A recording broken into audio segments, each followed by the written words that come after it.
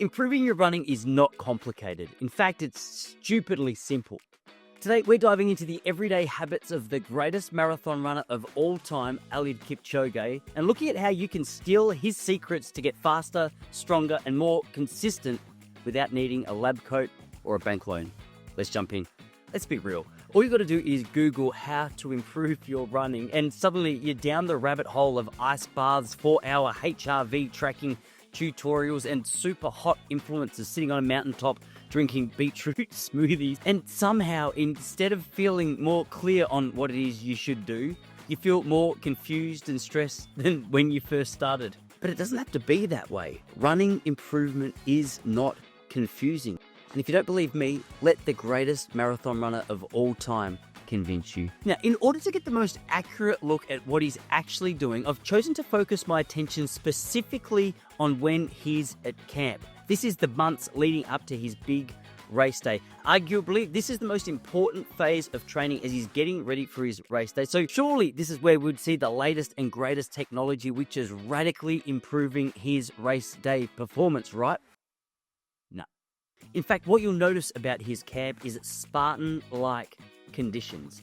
I know there's a whole heap of you out there going, yeah, Tice, but where did you get this information? So huge thank you to the NN Running YouTube channel, BBC Sport, GQ Magazine, Runner's World, Outsider Magazine, and the Canadian Running Magazine for the absolutely incredible job and insight they've offered us to the training conditions of Eliud Kipchoge's camp. Maybe to your absolute shock, the first thing you notice when you walk into Kipchoge's camp are the following. He lives in a simple dorm room. He sleeps on a small bed with no luxuries. There's no TV or internet in the camp. He eats traditional Kenyan food like ugali, rice, and beans. There's no supplements or special diets. He washes his own clothes. He wakes at 5:45 to go running. And most importantly, he focuses on doing the simple things that I've just mentioned consistently throughout his time in this camp. I say all that to ask this question: if the greatest marathon runner of all time doesn't need the latest and greatest gadgets and technology, do you? His daily routine is so basic. As I said, wakes up at 5:45, he'll drink tea or a light snack before running. His afternoons involve reading, walking, relaxing, or stretching.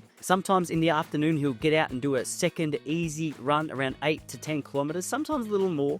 He'll eat dinner around 6 or 7 p.m. There's no phones, TV, or distractions in the evening. And then he's in bed by 9 p.m. every night. Now, someone in the comments is already typing, yeah, Tice, but he's a full-time athlete, and this is just physically impossible with the lifestyle that I'm currently living. And here is what I say to that. You're kind of missing the point. You don't need to copy his day, but I think you can learn from his structure. We can build our own rhythm around our work, family, training, rest. We can get rid of the fluff. We can focus on doing what matters most. And so the question that I was forced to ask myself when looking at this training routine of Eliud Kipchoge is this: is there any excess in my life which is eliminating my ability to focus on what is most important to me? Yeah, Tice, but what about his food? Surely there's something secretive going on there that you can share with us. Well, I'm going to let you down in a great way right now because it's not fancy at all. In fact, it's very simple, consistent,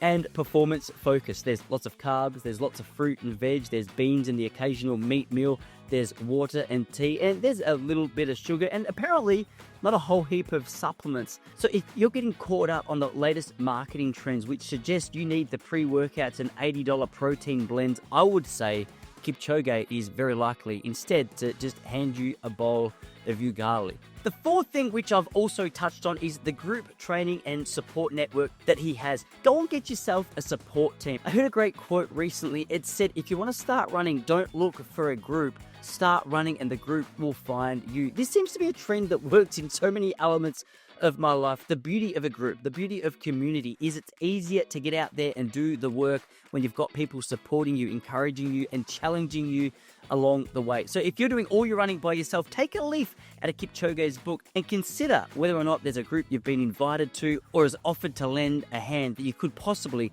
make a bit more of a consistent part of your training routine. The last thing that I wanted to mention, which I've actually touched on in a whole video I created recently, is his strength training routine. It is not as fancy or as chaotic or as hard as you might think. In fact, I dedicated myself to doing Kipchoge's strength training routine for 30 days, and I've made this video to journal the results of that. So if you want to find out a little bit more, that's a bonus tip for you that also takes place in and around his running training at his camp. Make sure you check it out. I've linked it in the description to this video. Essentially, here is the takeaway. You don't need the latest watch, the newest super shoe, or a nutritionist with a PhD. You simply need a routine, a community, a simple diet, consistent training, and the ability to show up and do these things daily. Now, this is not to say that there's no added advantage on those tiny little minute details and 1%ers, but it is to say that the majority of your race day results come from doing the simple things on a daily basis.